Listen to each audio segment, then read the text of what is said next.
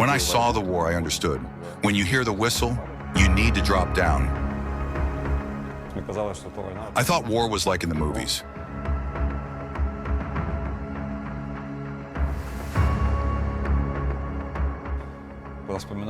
When I remember, I feel both tears and nerves.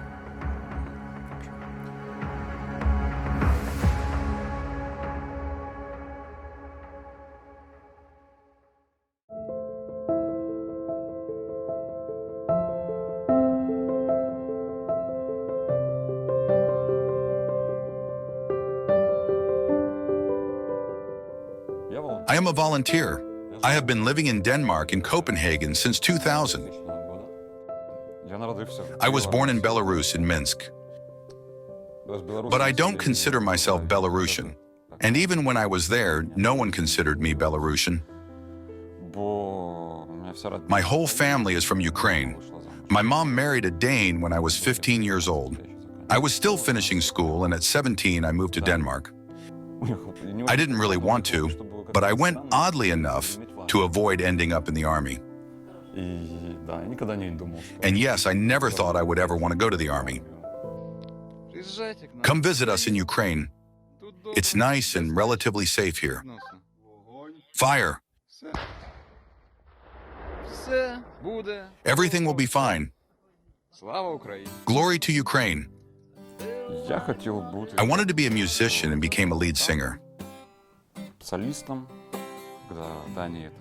In Denmark, we organized 2 musical bands. We sang covers of popular songs. Knock, knock, knocking on heaven's door. Knock, knock, knocking on heaven's door. Feel like knocking on heaven's door. Oh, oh,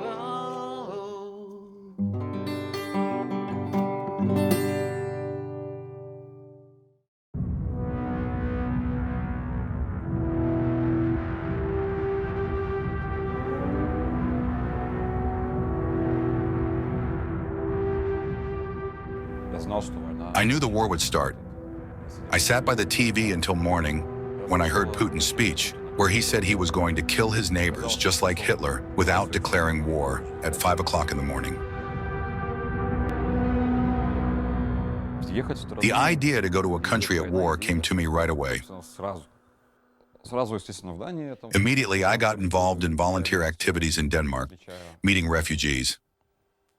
At first, volunteers were needed at train stations, just to give out tea and coffee. The main task was to find housing for refugees. Many Danes gave rooms for free.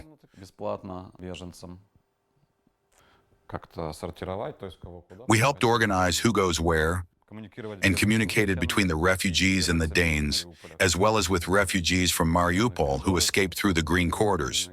Some had lost arms or legs. These were people who had really seen war, who broke through from Mariupol, Berdyansk, and Melitopol. These were visibly traumatized people. One woman from Mariupol, with whom we had good contact, lost her leg. Her leg was torn off when she tried to escape from the basement where she had been sitting for a month.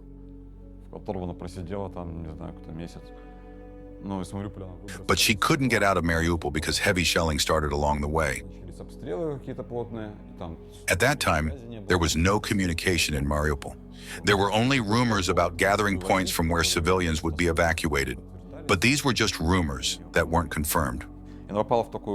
As she moved around the city, she ended up in an active combat zone and climbed into a drainage pipe under a bridge.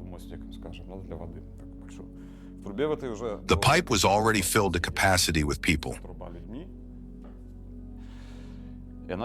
She spent about 5 days sitting in that pipe. If someone in the far corner needed to use the toilet, everyone had to go out. You couldn't even step over anyone to pass through. Everyone had to go out together, and this was happening while bombs were falling outside.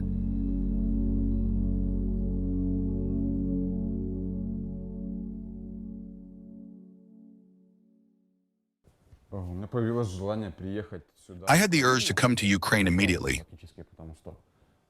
Volunteering, of course, is necessary,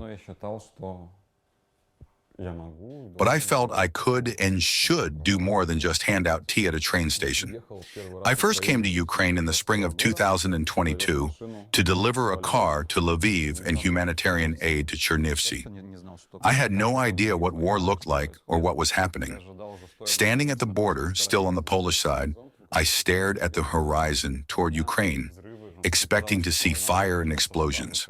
I thought the war would start right away, just like in the movies, like the capture of Berlin, everywhere destruction, everything burning, blazing. I traveled to Ukraine many times and visited different places within the country. Eventually, we established a route. I bring a car for the front, stop in Kiev where we repair and paint it, and then we gather in a convoy and drive along the front line.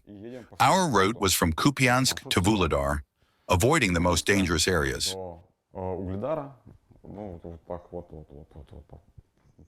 In total, we had about 10 stops. We delivered humanitarian aid, handed over cars, and took some back for repairs. And it was loud there, very loud. That's when I understood. When you hear the whistle, you drop down. This is the town of Izyum. This is what happens after an airstrike.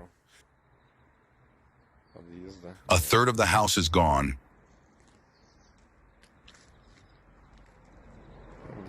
And this is what the playground looks like. One of our regular stops, where we delivered medical equipment, was the medical point of the 2nd Mechanized Battalion of the 3rd Separate Assault Brigade. The person responsible for medics and their training said, "Do you want to work as a medic? It doesn't take long to learn. A combat medic is trained in 5 days. In reality, medics train continuously, but the basic course is 5 days. Your job is to keep the person alive for the 15 minutes it takes to get from the battlefield to the stabilization point. Stop the bleeding and make sure they can breathe. Basic things aren't that difficult. Plus, I'm a driver." That's how I became a medic in a medical evacuation vehicle. We finally brought an ambulance from Denmark, from Copenhagen. It worked in eastern Ukraine, delivering various necessities to our military. I am happy to hand it over, and I hope it will save more than one life. Thank you. The hardest story is when I joined the medical evacuation vehicle service. And suddenly it turned out that our job also involved the deceased. I thought there was a separate group for that, one that would extract our fallen and not only ours.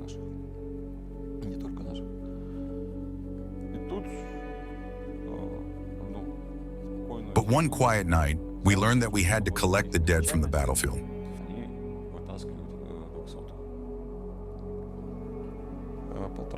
I served for a month and a half. And the commander said, "Go to Denmark for now, take a rest."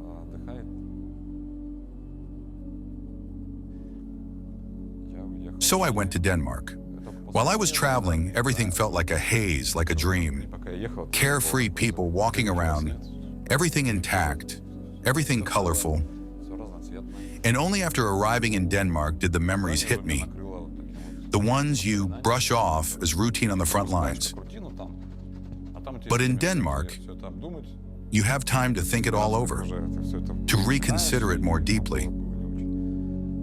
When I remembered, the tears would come and my nerves would fray.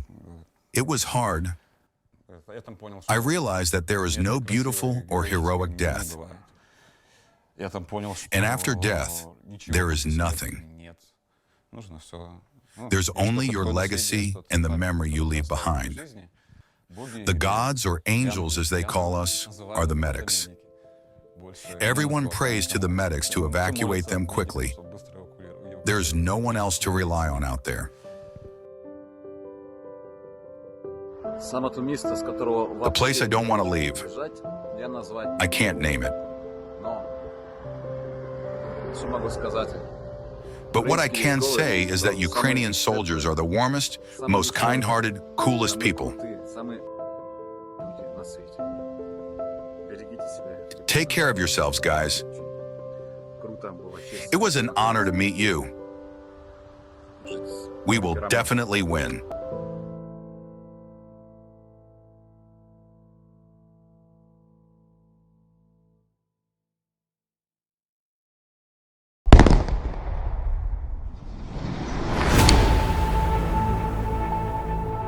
I think as a young person, if you're joining the army, I think naively people will romanticize about the idea of being in war and being in conflict because Hollywood tries to sell it as this amazing thing where everyone is a hero and they go home to their women and everything is great. The reality is it's not that.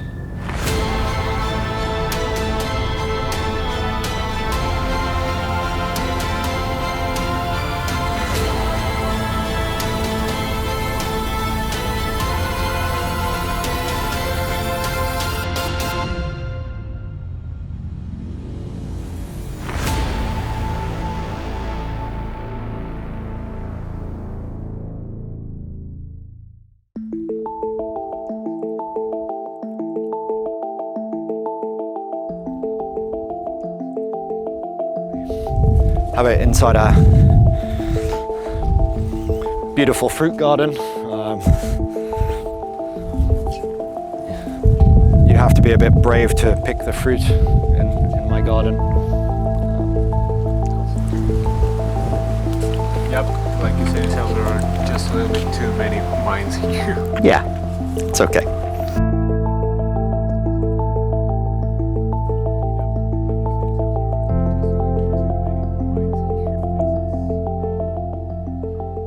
My name's Christopher Garrett, otherwise known as Swampy.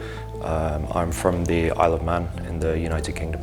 So before I came to Ukraine, I was volunteering in Southeast Asia, helping ethnic groups in Myanmar. I started getting involved with landmine clearance there. And then following the protests in Maidan, I'd been paying attention to what was going on. I then came out of the jungle in Asia in August 2014, and I came to Ukraine volunteering in areas which are heavily saturated with landmines. I've seen the effects of what happens to the civilian population. And when you've worked in areas where you have children with no legs, adults with no legs, adults with no arms, striving to continue an existence while still living around these things, it is a good driving force for me. I needed something back in the late thousands to give me some new focus in life. I wasn't happy where I was in life, and I found that in mine clearance. I have my own organization with my partner, so we have a US registered organization called Prevail. We provide, as an organization, we provide mine risk education training to soldiers. We also train a lot of combat engineers to bring their skill level up. We also provide medical support to the National Police bomb disposal units. So we work with the police bomb disposal units. Sometimes all the work will just be done in our classroom here. We have an outside training facility in our back garden as well.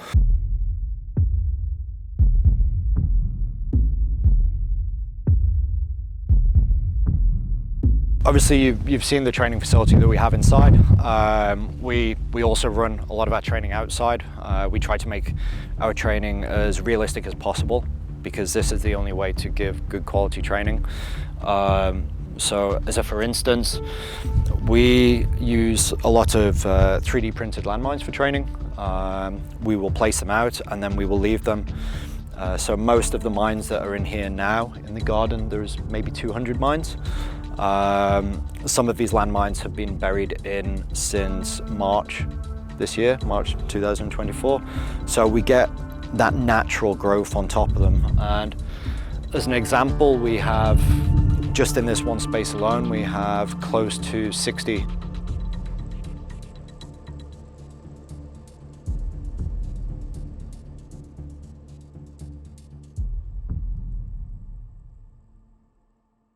But there was cases where the Russians had placed a body into the back of a car and booby-trapped it. That incident killed 2 policemen. There was incidents of grenades being found in light fittings, in washing machines, just surprises everywhere. And these are not designed to kill combat engineers. They're not designed to kill the police, you know. These were placed there to kill civilians coming back to their homes, you know.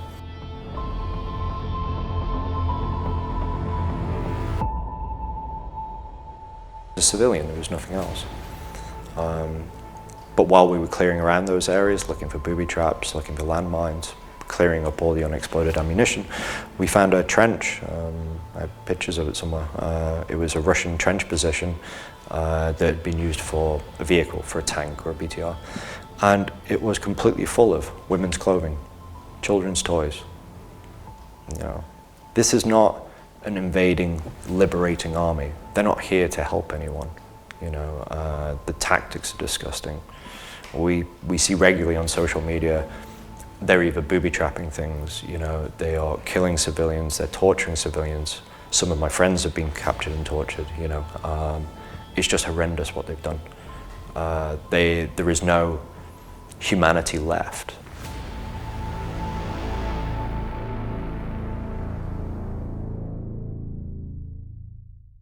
It's a bit of a cat and mouse game. It's a very serious game. But in reality for me, I just have to think about every task that I do in a specific way. I try to treat every job that I do as my first job. It's the first time I ever do it. By doing this, I make sure that I'm concentrating on the processes. The first thing I will do is I just switch off from everything else. I'm not thinking about my family. I'm not thinking about a beer. I'm not thinking about making dinner, going to see friends. My life is a very small box in front of me. But in the back of your mind, I'm also thinking, who placed this? Why did they place this? Does he know what he was doing? Was he actively trying to kill me, or was it just because he was told to place a landmine in the ground? All stations, this is Swampy, stand by. Stand by! 5, 4, fire in the hole! Fire in the hole! Fire in the hole!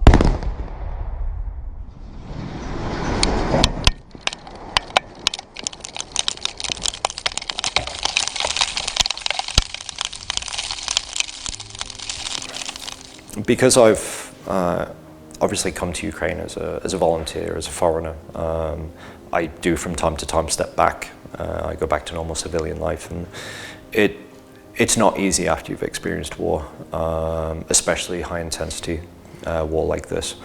You know, you have to take time out to yourself. You have to learn to relax again.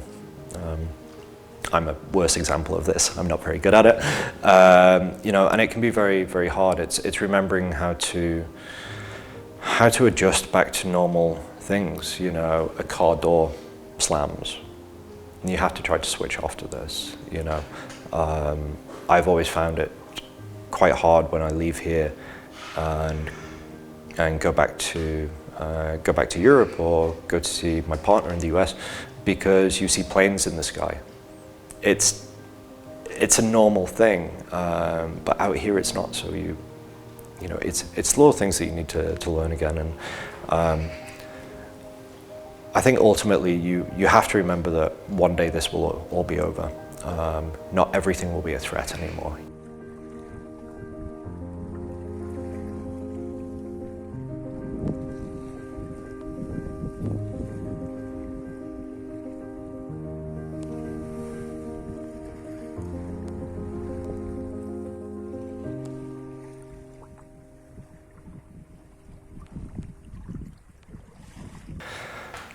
So my partner fully understands what I do. My partner's family understand what I do. It's not very easy because of the separation between us as a family, especially with a young baby. But between Courtney, my partner, and myself, we know what we're trying to achieve here. We want to do as much as we can to support Ukraine until Ukraine turns around and says, thank you, we don't need your help anymore.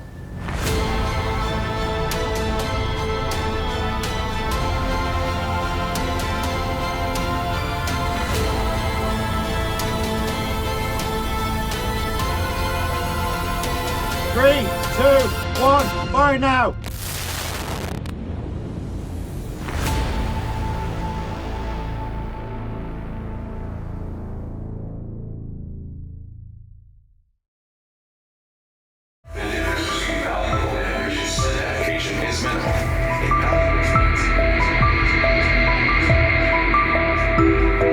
When you are, processing a dead soldier's body and you want to give them as much respect and dignity as they deserve. For me, that was a very difficult experience. But this is why we do this job.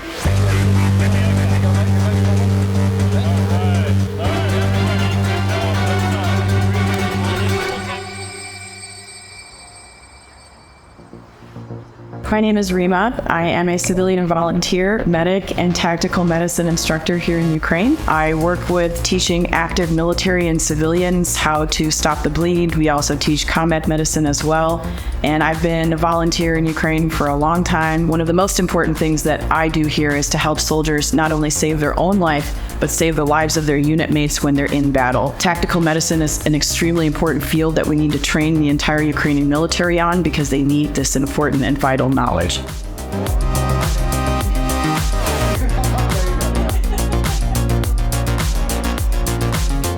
So essentially my story with Ukraine started in 2014 when Russia invaded Crimea, and so I became active on the Washington side and also in the Ukrainian community. I myself am Lithuanian, so we know the trauma that comes with Russian occupation, and so that's been one of my motivators.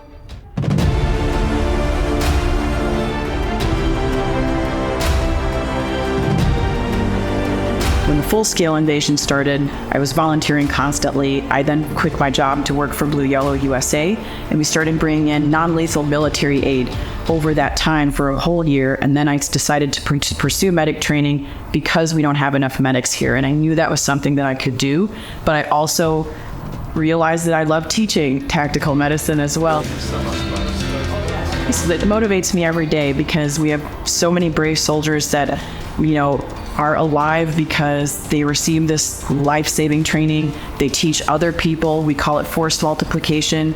And I think that that's how I see it, is that we save lives here every day, even if we can't see it and we know it's happening. So it is why I get up in the morning, really. So.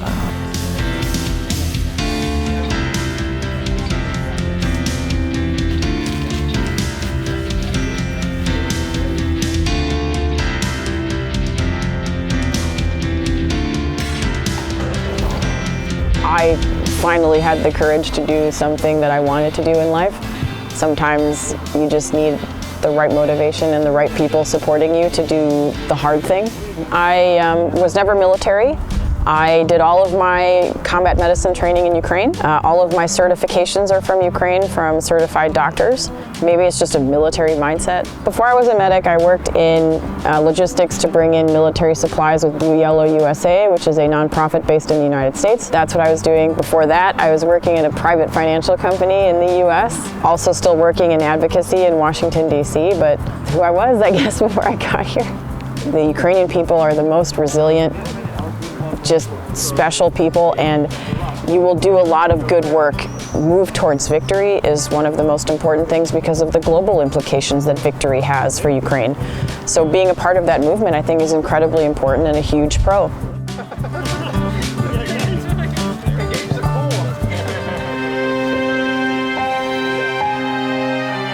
We teach these students, but sometimes they may not come back or may not be with us, and I've lost a few students already, and I think, we just kind of hope that we give them everything they need in the moment, that it'll at least help.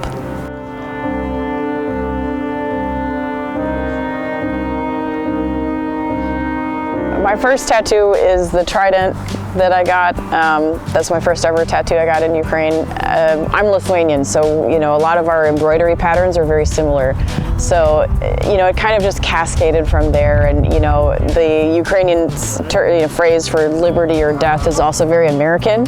So that's one thing that I had. Some of them are memorial tattoos for friends I've lost here, and then I have tributes to my Lithuanian side. So it's just you grow with the country, and the symbols mean a lot to you. So that's why they're tattooed on me. So if I could give any message to the public, it would be to continue to support Ukraine, because this victory matters. It matters for the global implications of what's going on. The future is bright for Ukraine. I know that victory is coming. Keep working for making sure Western countries are still supporting Ukraine, but I think future is bright here.